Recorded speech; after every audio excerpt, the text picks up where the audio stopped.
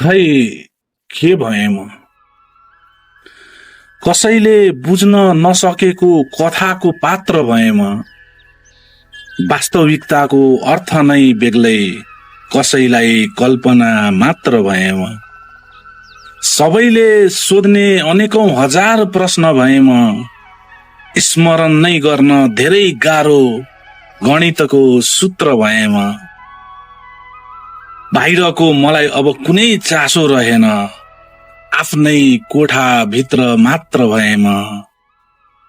मलाई एक्लै अनि एकान्तको खोजी थियो, त्यसैले उसकै मित्र भएँ म। फलामे बार लगाएको छु रे मुटुमा मैले। सबै भन्छन् कसैले पार गर्न नसक्ने क्षेत्र भएँ म। कमसे कम केही त भएछु, कसैको नजरमा फेरि कोर्न नसक्ने चित्र भएँ म। आजकल उपमा दिनेको कमी छैन मलाई,